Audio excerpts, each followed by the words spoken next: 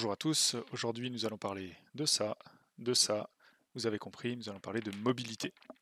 Plus particulièrement, nous allons parler de la liste des présences des enfants pour la journée. La tablette, lorsqu'on clique sur la liste des enfants, va afficher les enfants du jour, tout du moins ceux qui sont attendus. L'objectif, c'est de voir ensemble toutes les possibilités, qu'est-ce qu'on peut ajouter comme données, qu'est-ce qu'on peut enlever, quels sont les comportements, bref, un peu tous les secrets de cet écran. Alors, première chose, nous allons voir comment configurer les propriétés par groupe ou globalement pour cet écran. Pour cela, nous allons aller dans SINet. Dans SINet, vous avez deux possibilités. La première possibilité, c'est de configurer le même comportement pour absolument tous les groupes. Pour cela, il suffit d'aller dans le menu, dans la société, ouvrir la saisie de la société, aller dans votre domaine, dans le panneau comportement tablette. Si vous changez quelque chose là-dedans, c'est valide pour tous les groupes.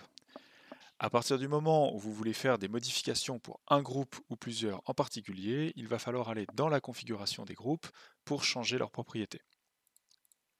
Pour cela, il suffit d'aller dans Gestion des temps, Données de base, Saisie des départements, là où vous trouverez la liste de vos groupes. Je vais par exemple prendre le groupe qui nous intéresse aujourd'hui et on voit ici les mêmes propriétés de comportement tablette qui vont permettre de configurer tout ce qu'on veut. On va maintenant s'intéresser à la liste des enfants et regarder chaque comportement, comment il est géré par la configuration. Déjà les icônes. Donc si je prends les icônes, nous avons tout en bas à gauche une première icône qui indique de la médication. Comme vous le savez, certains enfants ont la possibilité d'avoir des restrictions alimentaires dans leur dossier, auquel cas une petite icône va apparaître avec l'indication de l'alimentation et de la restriction. Par exemple ici, si je prends Edmé et que je vais dans son dossier, je vais retrouver une page d'alimentation et allergie qui proscrit le porc depuis 2020. C'est pour ça que l'on retrouve dans la liste la restriction. Deuxième petite information qui peut apparaître, en haut à gauche, si c'est l'anniversaire de l'enfant, un petit gâteau va apparaître. Donc on va faire l'essai, on va aller sur SINet, on va prendre le dossier de l'enfant et dire OK, aujourd'hui c'est son anniversaire. On va le mettre à la bonne date, je valide, je retourne sur ma tablette, je rafraîchis et on voit qu'un petit gâteau apparaît. La troisième icône en bas à droite concerne l'état de présence. Un enfant peut être attendu, il peut être présent, il peut être présent mais il ne devrait pas, il pourrait être absent, il pourrait être en vacances. En fonction de l'état de son planning, vous allez avoir une icône différente. On va du coup, au fur et à mesure des saisies tout au long de cette vidéo, voir les icônes ou l'icône changer sur chacun des enfants en fonction du moment, des déclarations et de ce qui se passe. Information suivante qui va nous intéresser, il s'agit de l'information qui est tout en haut, c'est-à-dire la liste des heures de présence. Comment ça fonctionne? Dans un dossier de l'enfant, vous avez son planning. Dans son planning, vous avez une plage horaire pendant laquelle il est présent. Ce qui va se passer, c'est que votre journée est découpée en petits créneaux horaires. Par exemple, vous prenez un enfant qui peut être là le matin, le midi et l'après-midi.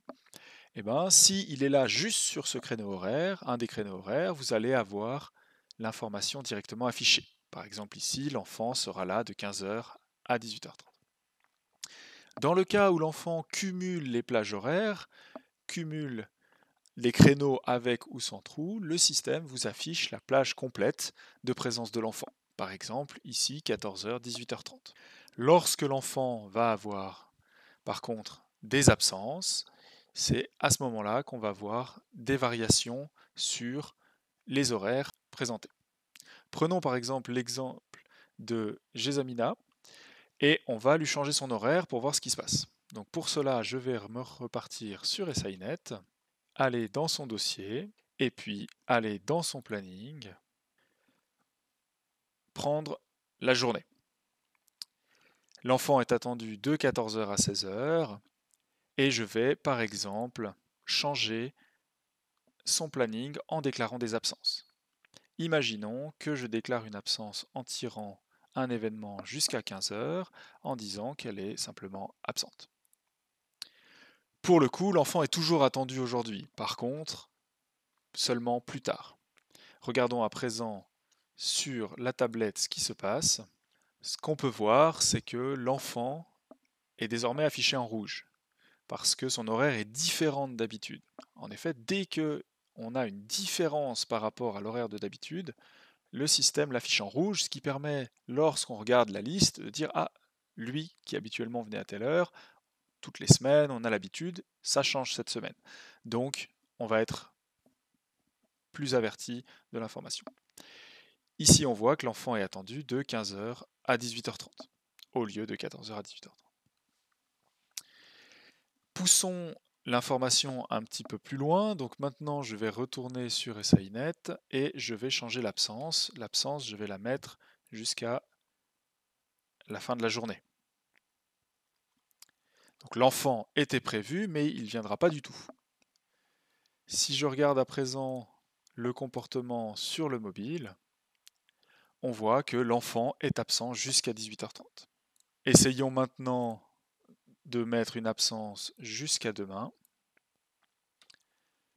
On va pouvoir constater que l'enfant est désormais absent jusqu'au jeudi 17. On constate donc qu'en fonction de l'état de présence et de l'absence de l'enfant, le système vous affiche directement sur la tablette la différence par rapport à d'habitude. Ça va un petit peu plus loin, on voit qu'ici l'icône a changé et indique que l'enfant est absent. En fonction des types d'absence, on va avoir des icônes différentes. Par exemple, si j'utilise une absence de type vacances, au lieu de mettre une absence de type absence, du point de vue de la planification, l'horaire d'absence est le même. Par contre, du point de vue de la tablette, on va constater que l'enfant est en vacances. Donc voilà, en fonction de la planification, la personne qui voit va voir d'un coup d'œil exactement ce qui se passe. Maintenant, ça c'est le comportement habituel. On va essayer de voir un petit peu plus loin, voir qu'est-ce qu'on peut faire d'autre avec cette tablette en termes d'information. Donc je vais commencer par enlever l'absence de l'enfant. L'enfant est de nouveau là. Première chose qu'on peut faire en termes d'information directe, c'est de dire que l'enfant il est présent.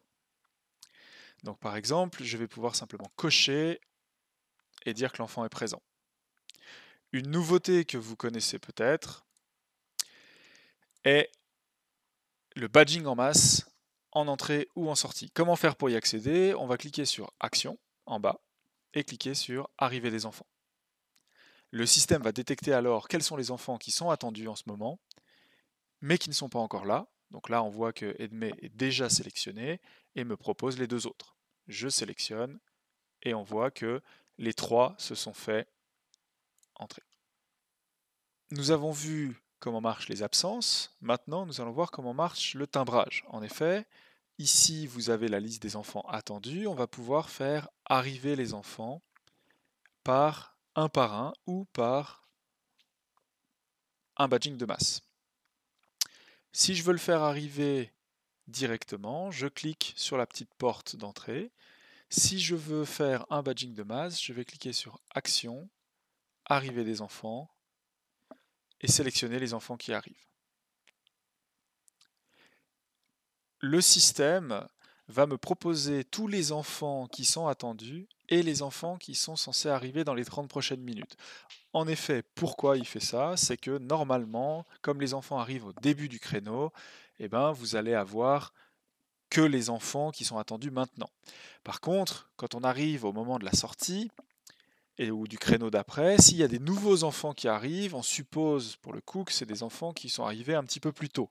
Donc c'est pour ça que le système vous propose des enfants qui arrivent légèrement après. Donc vous avez une petite marge de 30 minutes pendant laquelle le système va vous proposer autant ceux qui sont attendus maintenant que ceux qui vont arriver après. Si je sélectionne les deux attendus en ce moment, on remarque que le système les a badgés. On a du coup un petit tic et les enfants sont présents.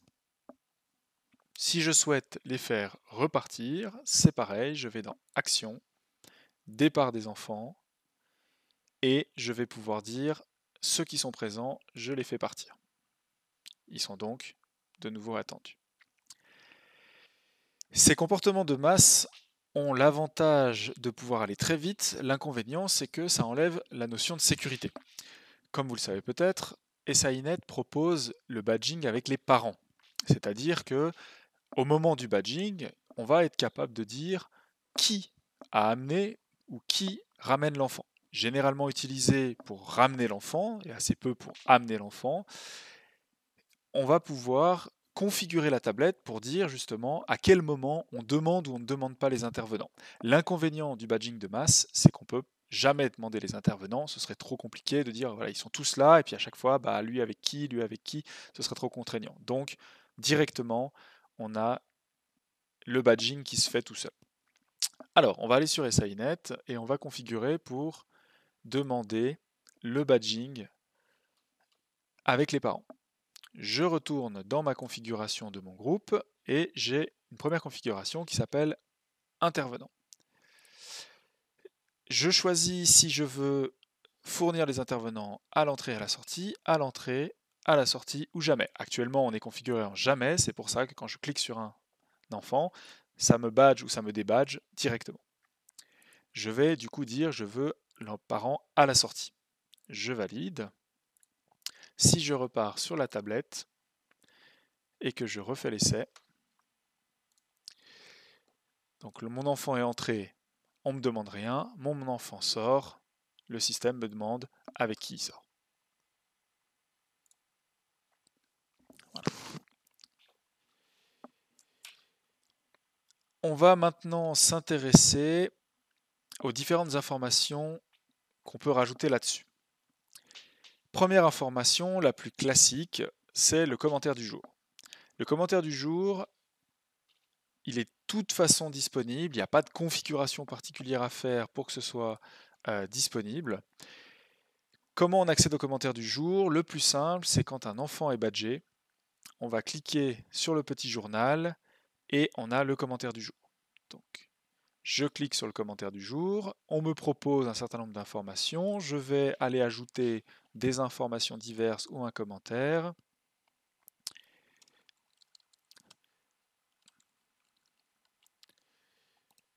Automatiquement, le commentaire apparaît. Donc ça, c'est la première information. Pendant toute la journée, ce commentaire va apparaître. Je vais pouvoir éventuellement le changer. Si je clique de nouveau sur le journal et de nouveau sur le commentaire du jour, je vais pouvoir aller modifier ou changer mon commentaire. Ça, c'est le comportement de base. Maintenant, ce qui se passe, c'est qu'on a d'autres informations qu'on va dire secondaires qu'on peut afficher et pour cela, on va aller configurer les choses sur SAINet. Je repars sur SAINet et j'arrive sur deux champs qui m'intéressent qui sont le complément de l'entête et le complément du commentaire. Si on regarde la tablette, on remarque qu'il y a deux lignes. En gros, il y a la ligne du titre et il y a tout l'espace qui est en dessous. En haut, c'est l'entête, en bas, c'est le commentaire. Donc je vais pouvoir décider pour chacune des informations, est-ce que je veux la faire apparaître en haut ou en bas. Quand l'information dépasse de l'écran, on aura une petite bulle qui permettra de voir l'intégralité des informations s'il y en a trop, et pour qu'au début, on voit juste le début. Alors, je repars sur SAINet. Dans le complément, on va utiliser par exemple le commentaire, je clique dessus et j'ai une grande liste de toutes les choses qu'on peut afficher en plus en permanence sur la tablette. Je vous propose de parcourir la plupart des informations. Certaines, en activant des options pour voir directement le résultat, d'autres, ça semble assez logique et le comportement est pareil. Par exemple, je prends, juste pour donner un premier exemple visuel, le téléphone débiteur. Le téléphone débiteur, c'est quoi? C'est que chaque enfant dans son dossier a des intervenants, dont un intervenant débiteur. Cet intervenant débiteur va avoir des numéros de téléphone et on pourrait éventuellement vouloir qu'ils soient toujours affichés. Auquel cas, je valide le téléphone débiteur comme faisant partie des informations clés. Et si maintenant je regarde sur la tablette, je vais voir que les numéros des téléphones débiteurs apparaissent. Voilà, à chaque fois qu'on va avoir une configuration, le principe est toujours le même, c'est l'information sélectionnée va apparaître directement sur la liste des enfants. Je reviens sur SAINet pour voir un peu qu'est-ce qu'on peut faire d'autre. Les trois prochaines vont ensemble, elles peuvent être affichées séparément, mais elles proviennent de la même page. Il s'agit du collège, de la classe et du niveau scolaire. Dans SAINet, vous avez la possibilité de faire le suivi de l'écolage, à travers une page écolage qui vous permet de définir, lors du déploiement, vous apprenez à saisir des collèges et des classes et des niveaux scolaires, et vous allez pouvoir dire, ok, mon enfant, à partir d'une certaine date, il est dans un certain niveau scolaire, dans un certain collège, et puis si vous avez l'information, ou des fois on l'a pas, du coup on met qu'une seule classe globale pour tout le monde, on va dire il est dans telle classe du collège. Une fois que vous avez saisi ça, le système est parfaitement au courant de quand l'enfant est où et avec quel niveau scolaire, et donc vous avez la possibilité d'afficher ces informations. À quoi ça sert? Par exemple, si vous avez des groupes multi-âges, multi-niveaux scolaires, ou avec des enfants qui proviennent de différents bus qui dépendent de leur collège, et ben vous pouvez avoir directement l'information sur la tablette pour savoir quel enfant provient de quel endroit ou quel enfant va aller à quel endroit. Je peux par exemple dire je veux le collège dans le commentaire et le niveau scolaire, comme c'est quelque chose d'assez petit, je vais le mettre dans l'entête. Je valide et si je retourne sur ma tablette, on observe que dans les informations, je vois le collège. Alors on voit que les préscolaires, on a mis un collège préscolaire, et dans le cas d'un parascolaire, on a mis le niveau, enfin le collège dans lequel ils sont, et puis en haut, on a le niveau scolaire qui apparaît. Alors, dans le cas des préscolaires, le niveau scolaire, on l'a appelé préscolaire aussi. Dans le cas du parascolaire, on voit que c'est plus pertinent, c'est-à-dire qu'on va voir le collège et le niveau scolaire. On continue avec les autres options. L'état du dossier, c'est l'information qui se trouve dans la page de base, qui s'appelle donc actif, en attente de nouvelles, sur la liste d'attente, sortant. Voilà, c'est les informations de base de l'enfant, donc dans sa page de base, qu'on peut faire apparaître directement sur la tablette. Une autre information aussi dans la page de base de l'enfant, c'est la langue de communication. Dans un cadre international avec plusieurs langues de communication, ça peut être intéressant, par exemple pour les nouveaux, pour les remplaçants, ainsi de suite, de dire, ok, en un coup d'œil, je peux savoir quelles sont les langues favorites de l'enfant. Donc, on a la possibilité, dans le cadre d'un milieu international, ça peut faire du sens de cocher la langue de communication comme une information pertinente qui apparaît sur la tablette. Les affectations, c'est tout un sujet qu'on verra une autre fois. L'idée, c'est de permettre d'affecter les enfants sur diverses choses. Ça peut être sur des lieux, ça peut être sur des activités souhaitées, des activités favorites, et puis après, de voir ces informations en fonction du jour de la semaine, de voir ces informations sur la tablette. On verra ça dans dans une autre capsule. L'intérêt des affectations, c'est que ça permet aussi de filtrer les enfants en fonction de leurs affectations, et donc de dire, je ne sais pas, il y en a qui conseillent la semaine prochaine, on les affecte sur le foot, la bibliothèque, la gym, en fonction de leurs envies, et puis on va dire tout d'un coup, bah, moi ma tablette, j'aimerais la pointer sur la gym, ou la pointer sur la bibliothèque. Donc on verra ça une prochaine fois. On continue. Médicaments, il s'agit ici des saisies de prise de médicaments. Donc pour ceux qui ont le portail, les parents peuvent faire des demandes de prise de médicaments, ou alors l'administration peut indiquer, ou les équipes peuvent indiquer qu'il y a des prises de médicaments à faire. L'idée, c'est d'afficher ces informations directement sur la tablette. Donc je vais mettre médicaments, et dans le dossier de l'enfant, dans son journal de vie, potentiellement, on a des informations de médication.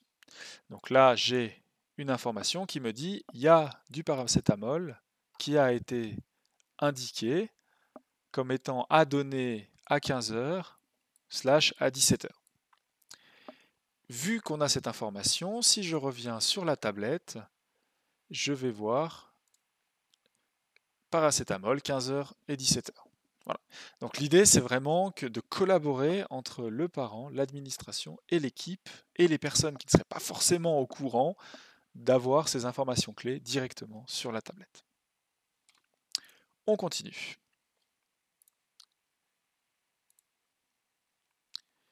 Statut de facturation. En fonction de votre déploiement, vous avez la notion de facturation automatique. La facturation automatique va donner des statuts à l'enfant afin de bien conditionner comment les enfants vont être facturés. Ça peut être à commune, hors commune, ainsi de suite. Dans le cas de certains groupes ou de certaines configurations de tablettes, on pourrait avoir envie de connaître le statut de facturation de l'enfant. Prestation du jour. Celui-là, c'est le plus complexe. Prestation du jour, c'est quoi? C'est l'idée de dire l'enfant, il a des repas. Donc par exemple, je vais configurer prestation du jour. L'enfant, il a des repas dans son planning. Donc là, j'ai une page de prestation où il va prendre un certain repas le midi. Une autre configuration possible, c'est le statut de facturation. Le statut de facturation, en fonction de votre déploiement, a du sens ou non. C'est par exemple, l'enfant est commune, hors commune, d'autres statuts qui peuvent avoir un impact au niveau de la vision qu'on a des enfants du jour. La plupart du temps, c'est des informations plutôt administratives qu'on ne va pas vouloir afficher, mais on ne sait jamais, certaines fois, ça peut être utile. Attaquons maintenant le plus complexe, qui est la prestation du jour. La prestation du jour, c'est quoi? Donc déjà, je vais activer prestation du jour, valider. Je vais retourner sur la tablette pour voir ce que me dit le système. Première information, le système ne me dit rien. Et en fait, c'est normal parce que les prestations du jour, à savoir les repas, imaginons qu'un enfant prenne son repas tous les jours, tous les midis, et que tous les enfants font ça à partir du moment où ils sont présents, et ben c'est pas très intéressant de systématiquement, de manière contractuelle, afficher que l'enfant il prend son repas, Du coup, comment ça marche? Donc si je reviens dans SAINet, on va aller dans la gestion des repas. La gestion des repas, on va la trouver dans le menu crèche, prestations, gestion des prestations. Ici, on a la liste des repas qui sont possibles, et puis dans l'enfant, on va avoir la page de prestation qui va, pendant une certaine période, dire il a pris tel repas, tel jour, sur ces créneaux. Donc là, on voit que mon enfant, il prend le repas 3-6P. Si je vais voir le repas 3-6P, je vais avoir tout en bas des coches qui me disent est-ce que c'est une information qu'on veut voir sur les tablettes si on a demandé les prestations.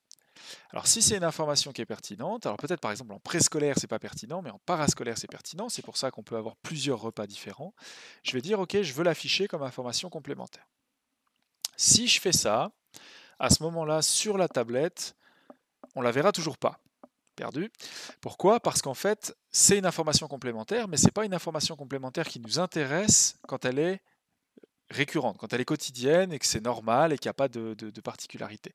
Donc en fait, si je coche juste ça, ça m'active le fait de pouvoir la faire apparaître, mais seulement si elle est ponctuelle. Donc si exceptionnellement j'avais mon repas, à ce moment-là, il apparaîtrait, mais si c'est habituel, il n'apparaît pas. Donc pour le faire apparaître, on va cocher afficher si contractuel. Je valide. Et donc maintenant, si je retourne sur la tablette et que je rafraîchis, on voit que pour l'enfant, maintenant, le fait que contractuellement il a le repas parascolaire 3-6P, ça apparaît. Donc voilà, l'idée c'est vraiment de se dire, je configure en fonction vraiment du besoin que j'ai. Une autre possibilité qu'on a au niveau de cette saisie, si je la reprends, c'est que on voit qu'on a la possibilité de dire j'aimerais bien rapidement pouvoir les saisir. Donc là, on parle du repas, et donc on imagine plutôt la notion de repas exceptionnel, ou repas qu'on prend, mais pas toujours. À ce moment-là, par exemple, un petit déjeuner, je vais aller prendre mon petit déjeuner et dire je veux pouvoir le saisir rapidement. Je valide. À ce moment-là, sur la tablette, dans le petit calendrier, de dire j'ai pris mon repas. En fonction de la configuration, vous pouvez dire est-ce que la prestation doit être créée à l'heure au moment où on clique ou alors simplement à l'heure habituelle où elle a été configurée. Ça fait que si, par exemple, au moment où l'enfant prend son repas, vous voulez le badger directement, ça a fait plus de sens, je sais pas, un réfectoire ou des fois vous avez le temps, à ce moment-là, vous allez dire ok, je veux le faire tout de suite. Par contre, si vous n'avez pas le temps et que vous voulez que le repas se positionne à une heure intelligente, eh ben on va dire le petit déjeuner, je sais pas, c'est 7h30. Et donc, dès que je dis qu'il a pris le petit déjeuner, ça vient se placer à 7h30. Comme ça fait qu'aussi que si jamais j'en remettais par erreur 2, eh ben, il viendrait 2 fois à 7h30, donc il compterait qu'une fois. Donc là, je me retrouve avec mon repas directement disponible, je clique, le système me dit que ça a été ajouté, et du coup, dans les informations, je vois que l'enfant a le repas qui est compté. Si je reviens sur SAINet et que dans mes données, je dis que je veux voir uniquement si c'est exceptionnel, à ce moment-là, sur la tablette, je vais me retrouver avec uniquement le repas sur le premier enfant parce que l'autre, c'est dans son contrat et je veux que voir ceux qui ont des exceptions. Donc voilà, c'est un petit peu complexe à configurer et trouver un peu la bonne façon de configurer la fonctionnalité parce que ça va changer d'un groupe à l'autre. Dans le cas du parascolaire, on va avoir besoin de certaines informations. Dans le cas du préscolaire, on va en avoir besoin d'une autre.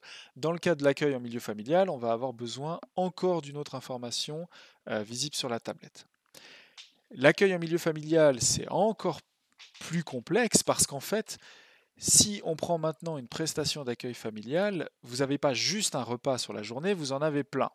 Typiquement, vous avez le petit déjeuner, le goûter du matin, le midi, le goûter de l'après-midi, peut-être le souper, enfin vous pouvez avoir beaucoup.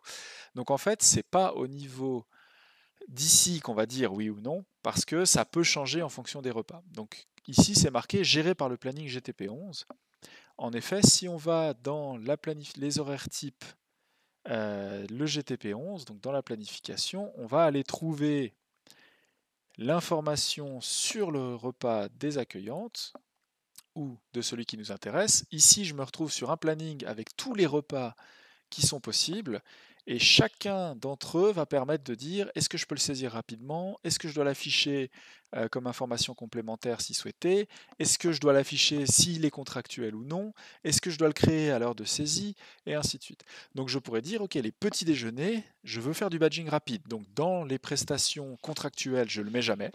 Et puis simplement, eh ben, à la fin de la journée, la personne va dire bah, lui il a pris, lui il a pris, lui il a pris, lui il a pris. C'est très rapide en passant par le badging directement sur la tablette et ça permet comme ça de facilement déclarer toutes les prestations.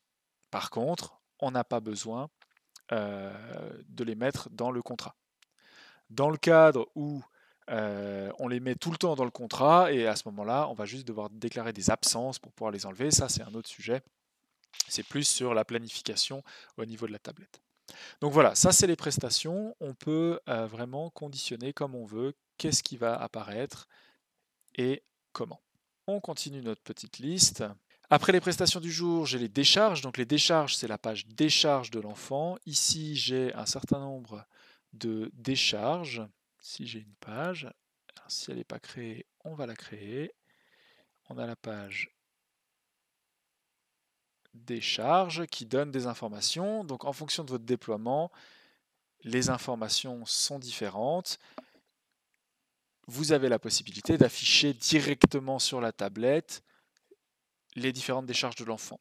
On peut imaginer que, par exemple, si ces décharges consistaient plus à discuter de est-ce que l'enfant peut être pris en photo ou pas, enfin voilà, ce genre de choses, eh ben, ça peut être intéressant de l'avoir directement. Ça fait beaucoup d'informations, mais dans le cadre où c'est utilisé de manière intensive, c'est plus pratique d'avoir directement la liste que d'aller chercher dans chacun des enfants. On continue avec les allergies. De base, elles sont automatiques, c'est-à-dire que vous n'avez pas la possibilité de les enlever parce que ça fait partie des informations déterminées comme clés. Peut-être que dans une prochaine version, par défaut, ce sera désactivé et donc du coup, pour les avoir, on cochera allergie. Pour ceux qui définissent au niveau des classes le nom de l'enseignant, vous avez la possibilité d'aller directement chercher le nom de l'enseignant et le faire figurer sur la tablette. Le domicile de l'enfant, c'est comme les informations liées au statut de facturation. Dans certaines situations très particulières, on peut avoir envie d'afficher le domicile, mais c'est vraiment pas courant. Les bus, c'est un autre sujet qu'on abordera une autre fois. La possibilité de déclarer des bus, de déclarer des plannings de bus et de dire les enfants qui prend quel bus. À ce moment-là, vous pourriez dire, OK, nous, ce qui nous intéresse, c'est d'avoir la liste des bus pour un certain utilisateur tablette, et donc pour chacun des enfants, on va voir, ah bah lui il va prendre tel bus, lui va prendre tel bus, et donc ça permet de les répartir. On a cette situation dans le cadre des écoles, on pourrait avoir cette situation dans le cadre des structures qui récupèrent des enfants en provenance de l'école, de différents bus, et ainsi de suite. Le référent ou la référente, il s'agit de l'information qui est stockée au niveau de la page secteur. Donc vous avez la page secteur de l'enfant qui mentionne le ou la référente en fonction de votre déploiement, vous avez cette information. Si vous l'avez, à ce moment-là, vous pouvez la faire figurer sur la tablette. Enfin, le commentaire du jour, même principe que pour les allergies. Aujourd'hui de base, vous n'avez pas le choix, c'est dedans. Peut-être qu'à terme, on vous permettra de l'enlever pour simplifier les écrans et donc offrir la possibilité de le mettre ou non.